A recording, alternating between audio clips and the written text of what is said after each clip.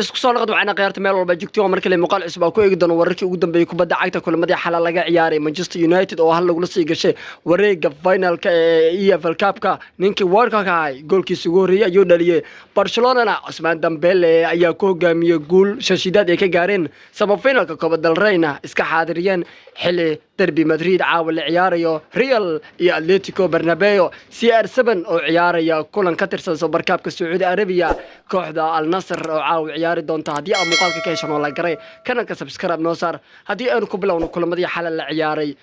Copa del Rey iyo EFL Cup ayaa labadaba la ciyaaray xilli kooxda kubadda cagta Barcelona iyo Sociedad ciyaar xiiso badan ciyaar dhaaftay ay ku qaateen gegada Camp Nou xilli Barcelona ee hal iyo eber kaga adkaadeen kooxda kubadda cagta ee Real Sociedad ciyaartaas oo isku jilba murxay biraha la iska garaacay weerar celiseed xilli Barcelona xalayto ee farcidila ku fakatay nimanku xalayto nasiibkooda iyo kubaddooda ayaa soo bixisamaanay Sociedad xalay waxay rabeen nimanku inay tareenka ka saaraano ee koobka ka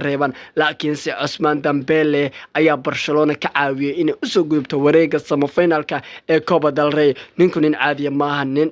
aan la celi karin waayo nin cimaamadiisa aan la haysan karin waa Ousmane Dembele garabka doo kaaga yimaado ma celi kartid waa Arjen Robben cusub waaba ninkan waa sida Arjen Robben camal ayuu ciyaaraya inkastoo Ousmane Dembele xawaariiso aan caadi ahayn xalay Sociedad red card ay qaateen ciyaarto nimanka ayagu red card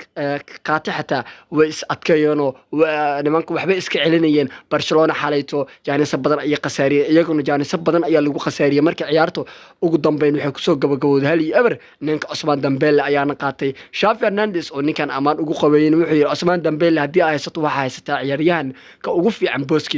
booskiisa ciyaartooyda ciyaarto dhamaantoodna nin ka fiican Dembele ma jiraba ninkan dhaawac la ayuu ahaa jiray oo iska bukaan jiifo isbitaalaya laakiin markii uu guursaday xabadda Marookaanka ah ninkan waaba dhaawacmi waayaba kadib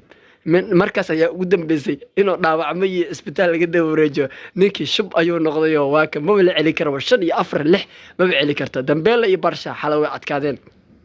dhanka kale tana EFL Cup-ka ama Carabao Cup ayaa la ciyaaray Manchester United oo raadinaysa tan iyo 2017 koobkeeda ugu horeeyay oo meeshan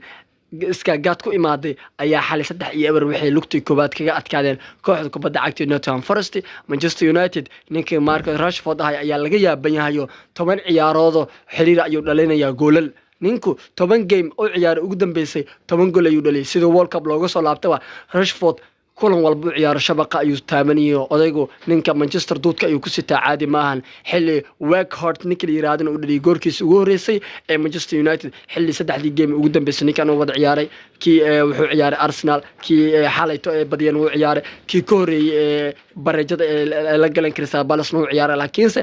Carabao Cup-ka ayuu goolkiisa ugu horeeyay yimid Weghorst Manchester marka cimaamadeeda lama heesan karo koobkan gabagabeyda ah waxay rabaan inay soo afjiraan oo nimanka 2017 Mourinho xilligiisii ayaa ugu dambeeyay koob ay qaadaan marka United 3 gool ayay lugta hore kaga adkaadeen isla Newcastle ayaa tartankan ciyaarto iyadana hal iyo eber ay ku adkaadeen marka semifinalka lugta koobaad ba koox walba way adkaato Newcastle iyo kooxda Manchester United ah marka lugta labaad gegada waxay ka dhici doontaa Old Trafford kowda bisha Febraayo marka United haday kulankaas dhaafto oo kooxda kubadda cagta ee Nottingham Forest kulankaasna ay ugu daraan ama barbare ay ka sii qaataan 26 Febraayo waxay ciyaari doonaan finalka ama Newcastle ama waxa imaan doonta Southampton marka Manchester United waxay rabaan inay ku madax degsadaan koobkooda ugu horeeyay tan iyo 2017 waa tan iyo 2017 17 koob markii la qaaday 18 lama qaadin 19 lama qaadin 20 lama qaadin 21 ku dar 22 23 hadda socdo waa muddo dheer waa Manchester koob ma arkin marka Erik ten Hag wuxuu rabaa inuu soo afjaro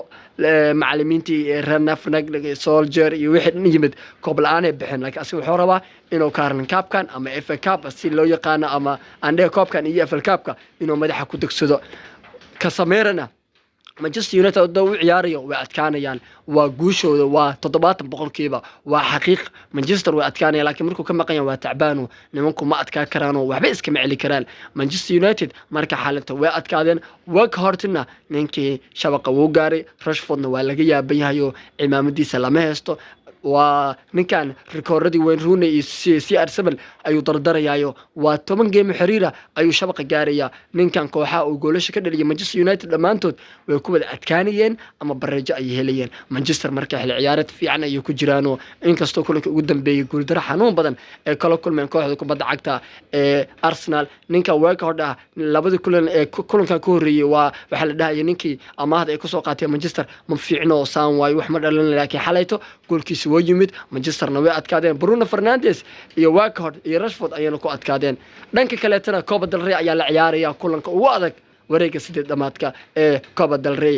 Madrid ayaa Bernabeu caawa ku qaabili doonta kooxda kubadda cagta ee Atletico de Madrid kulankaasna waa kulan xiiso badan waa derbiga caasimada labada kooxood midkood ayaa laga rabaa in semifinalka gaaro xal Barca ayaa iska xaadiraysa semifinalka iyo kooxda kubadda cagta Osasuna laakiin caawa Madrid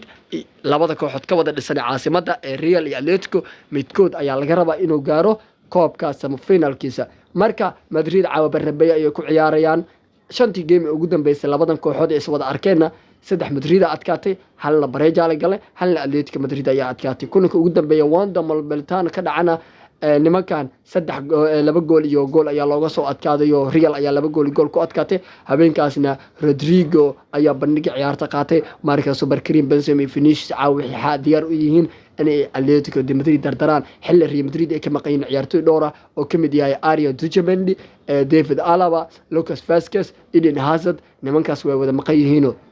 xilli laga yaabo in lagu soo bilaabo caawa Eduardo Camavinga iyo kulankii ugu dambeeyayna Luka Modric iyo Toni Kroos waxay ku soo galeen badalo ciyaartii Real Madrid ee adkaatay ee guusha ay ka gaareen kooxda kubadda cagta ee Atletico de Bilbao marka caawa xeerta Pablo Simeone waxay rabaan inay lafaha dhulka u dhigaano nimanka Real Madrid ee ka adkaadeen ee tarinkan ay ka saaraan Simeone caawa wuxuu daneynayaa in ciyaartoydiisa qaar uu ciyaarsiyo sida Memphis Depay kooxda kubadda cagta Atletico de Madrid ku cusub waxa la rajeynayaa inuu kursiga keedka soo fadhiisto caawa kulanka Copa del Rey ay ciyaarayaan haddii uu ku soo fadhiisan xatee waxa laga yaabaa Memphis in lagu soo bilaabo ciyaarto si uu u caawiyo kooxdiisa marka derbigu caawa waa kulan adag Madrid iyo Atletico de Madridna midkood ayaa soo gudbaya wareega semifinalka Real Madridna ciyaartan iyaga ayaa u cadcado maadaama gurigooda ay joogaan ayaantan iska haysteen kooxda kubadda cagta ee Atletico de Madrid dhanka kale tana Al-Ittihad iyo Al-Nassr ayaa ciyaaraya CR7 ayaa ciyaaraya ciyaar ka tirsan Super Cup-ka Sacuudiga labada kooxood ayaa ciyaaraya semifinalka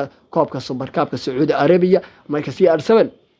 finalkiisii ugu horeeyay ee cariga Sacuudiga markuu tagay miyuu gaari doonaa mise caawa waa soo afjari doonaayo Al-Ittihad ayaa dhigi doonta warheedhe meeshan